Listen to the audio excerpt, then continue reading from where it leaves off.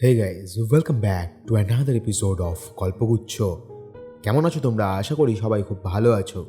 সকলকে স্বাগত জানাচ্ছি গল্পগুচ্ছ এপিসোড 40-তে। অনেকটা টাইম আমরা একসাথে আছি এবং দেখতে দেখতে আজ এপিসোড 40-তে চলে আসলাম আমরা। তো আশা করি তোমরা যেভাবে প্রথম থেকে আমাদের সাথে আছো এভাবেই সামনের দিনগুলোতে আমাদের সাথে থাকবে এবং এভাবেই আমাদেরকে সাপোর্ট করতে থাকবে।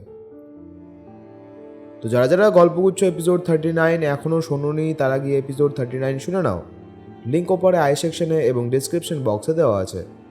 আর যারা যারা এখনও এই এপিসোডটি লাইক করোনি গিয়ে লাইক করে দাও আজকের এপিসোড, কমেন্ট লিখে জানিয়ে দাও কে কোথা থেকে শুনছো গল্পগুচ্ছ আর কেমন লাগছে তোমাদেরকে গল্পগুচ্ছর ঘটনা, সেটিও কমেন্টে লিখে জানাতে ভুলো না। আর তারই সাথে শেয়ার করো এপিসোড নিজের ফ্রেন্ডস অ্যান্ড ফ্যামিলির সাথে। তো আজকের এপিসোডে শোনাবো একটি ভৌতিক ঘটনা। এই ঘটনাটি আমাদের এক অডিয়েন্সে থেকে কালেক্ট করা। তো বেশি দেরি না করে চলে যাবো আজকের ডিরেক্ট ঘটনায়।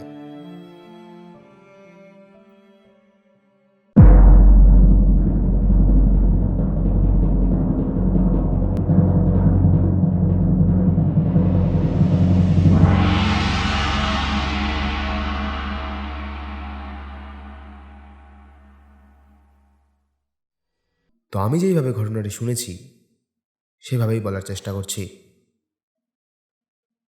হাই, আমি দীপ, গল্পগুচ্ছ চ্যানেলের অনেক দিনের শ্রোতা।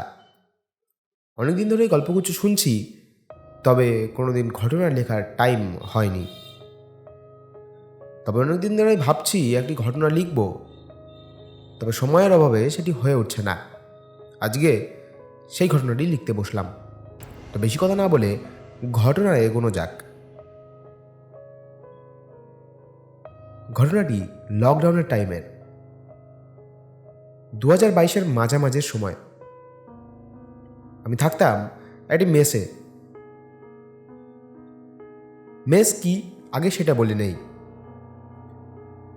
মেস হলো এক হোস্টেল টাইপের জায়গা যেখানে অনেক স্টুডেন্ট আমরা একসাথে থাকতাম। আমাদের মেসটা ছিল দোতলা। আমি থাকতাম সেকেন্ড ফ্লোরে। আমার সাথে থাকতো আরও 6 জন স্টুডেন্ট, আর নিচে অর্থাৎ গ্রাউন্ড ফ্লোরে থাকতো আরও 10 জন মতো স্টুডেন্ট। সবার সাথে একটা ভালো বন্ডিং তৈরি হয়ে গিয়েছিল আমার, মানে সবাই একসাথে থাকলে যা হয় আর কি। তো ঘটনায় ফিরে আসি। টাইমটা 2020-র এপ্রিল মাসের ফার্স্ট লকডাউনের টাইম। সব স্কুল কলেজ বন্ধ। আমার সাথে যে আরও 6 জন থাকতো তাদের মধ্যে 5 জন বাড়ি চলে যায় এবং আমি সাথে আমার আর এক বন্ধু সেকেন্ড ফ্লোরে ছিলাম, আর গ্রাউন্ড ফ্লোরে ছিল 2 জন স্টুডেন্ট। মানে আর 6 জন মতো যে বাকি স্টুডেন্টগুলো ছিল তারা বাড়ি চলে গিয়েছিল। তো মেসে তখন আমরা টোটাল 4 জন স্টুডেন্ট। তো একদিন রাত্রে আমরা রান্না করে খাওয়া দাওয়া করে শুয়ে পড়েছি। এবার এখানে একটা কথা বলে রাখা ভালো যে আমার বেডের পাশে একটা জানালা ছিল, যেটা আমি বেসিক্যালি বন্ধ করে রাখতাম। বাট সেদিন কি মনে হলো জানালাটা খুলে দিয়ে শুয়ে পড়েছিলাম। গরমের দিন ছিল, তাই বেশ ঠান্ডা হাওয়া আসছিল ঘরে। পাশের বড় তেঁতুল গাছটা থেকে মিষ্টি একটা গন্ধ আসছিল। গন্ধটা শুকতেই বুঝতে পারলাম যেটা তেঁতুলের গন্ধ। তো আমি শুয়ে আছি, রাত্রি প্রায় 12টা। আমার কানে একটা ফিস ফিস আওয়াজ আসছে। আওয়াজটি কে করছে সেটা বুঝতে পারছি না। আমার চোখ হালকা খুলল। এবার চোখ খুলতেই আমি যা দেখলাম তা দেখার জন্য আমি একদম প্রস্তুত ছিলাম না। আমি দেখতে পাচ্ছি আমার সামনে এক কালো অবয়ব দাঁড়িয়ে আছে। অবয়বটি কার? না, এটি একটি নারী মূর্তি। এক নারী মূর্তি আমার সামনে দাঁড়িয়ে আছে। তবে এত রাত্রে এক নারী মূর্তির আবির্ভাব আমার সামনে কিভাবে ঘটল? কে এই নারী মূর্তি? এত রাত্রে আমাদের বয়েজ মেসে এই নারী মূর্তি কি করছে? নানা ধরনের আজব ভাবনা এবং কোয়েশ্চেন আমার মাথায় ঘুরছে। তখন আমি সেখানেই নিস্তব্ধ হয়ে শুয়ে আছি। কিছু করার সাহস বা শক্তি দুটি আমার শরীরের মধ্যে নেই। আমি কি করব কিছুই বুঝতে পারছি না। আমি চুপচাপ সেখানে শুয়ে আছি, মনে মনে ভগবানের নাম নিচ্ছি এবং ভাবছি যেন আজকের রাতটা কেটে গেলেই আমি বাঁচি। সময় যেন স্তব্ধ হয়ে আছে সেই মেসে। এবার চুপ করে থাকতে থাকতে কখন যে ঘুমিয়ে গেছি সেটা আমার একদমই খেয়াল নেই। চোখ খুলতে দেখি সকাল হয়ে গিয়েছে।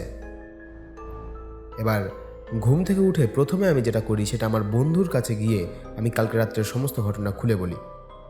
আমার বন্ধু সেখানে আমার থেকেও প্রায় 2 বছর আগে থেকে সেই মেসে থাকতো, তো সে বেশ কিছুটা ভালো জানতো সেই মেসের সম্পর্কে। এবার সে আমাকে কালকে রাত্রের ঘটনা শুনে যা বলে তা শুনে আমি পুরো অবাক হয়ে যাই। বন্ধু আমাকে বলে কাল রাতে আমি যাকে দেখেছি সে পাশের বাড়িতেই থাকতো। আজ থেকে প্রায় 1 থেকে 1.5 বছর আগেকার ঘটনা। পাশের বাড়িতে এক মেয়ে ভাড়া থাকতো। সে এসেছিল সুদূর কলকাতা থেকে। আমাদের মেসটি কোথায় সেটির লোকেশন আমি দিলাম না কিছু প্রাইভেট কারণে। তো মেয়েটি এসেছিল সুদূর কলকাতা থেকে সেখানে ভাড়া থাকতে, মানে সেখানে এক কলেজে সে পড়তো, তো তার কারণেই সে সেখানে ভাড়া থাকতো।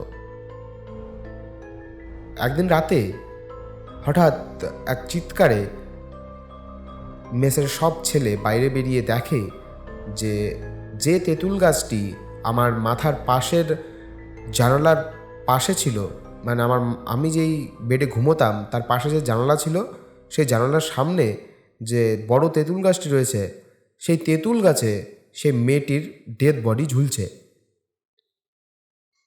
পরে তার বাড়িতে খোঁজ দিলে জানা যায় যে অনেকটা স্টাডি প্রেশারের কারণে সে সেই তেঁতুল গাছে ঝুলে আত্মহত্যা করে। এবং পরে আরও বিস্তারিতভাবে জানলে জানা যায় যে তার বাড়িতে কিছু একটা নিয়ে প্রবলেম চলছিল, তার অর্থাৎ তার বিয়ে নিয়ে বেসিক্যালি প্রবলেম চলছিল, আর এদিকে স্টাডিরও চাপ ছিল। তো তার কারণে সেই চাপ সহ্য করতে না পেরে সেই মেয়েটি সেই রাত্রেই সেই তেঁতুল গাছে আত্মহত্যা করে। তো এই কথা শোনার পর আমি সেই দিনই আমার সমস্ত জিনিসপত্র গুছিয়ে সেদিনই বাড়ি চলে আসি এবং আমার মা বাবাকে সব কথা খুলে বললে তারা আমাকে এক তান্ত্রিককে দেখায় এবং জলপড়া এবং তাবিজ দিয়ে আমি সুস্থ হয়ে যাই।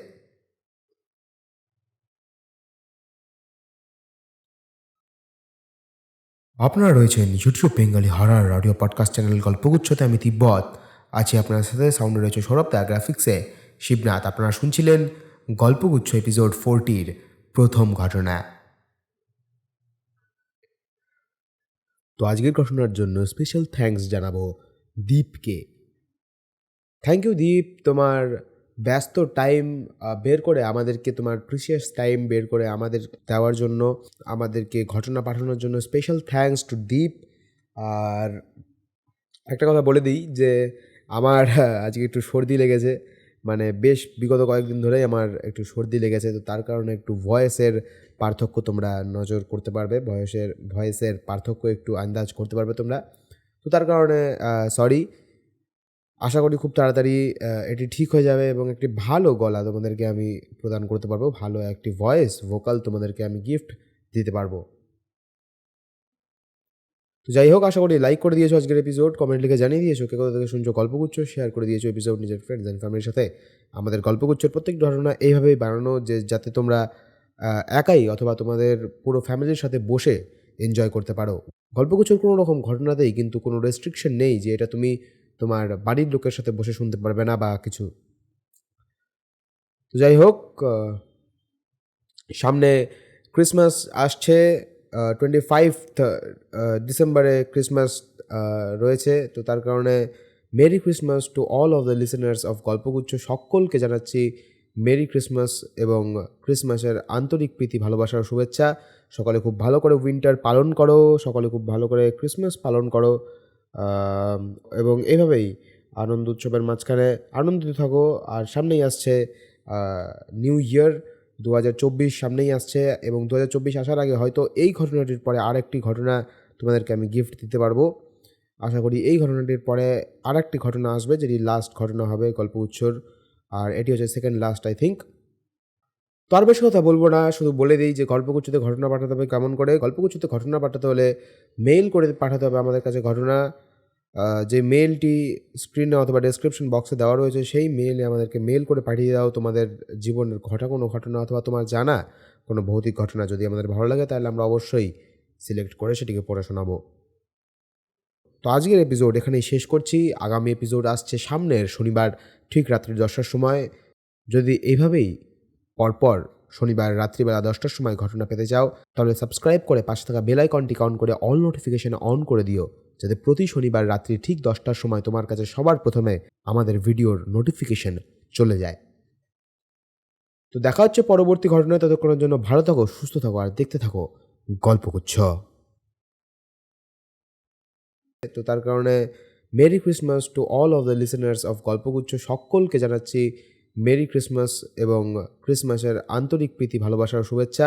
সকলে খুব ভালো করে উইন্টার পালন করো, সকলে খুব ভালো করে ক্রিসমাস পালন করো, এবং এভাবেই আনন্দ উৎসবের মাঝখানে আনন্দিত থাকো।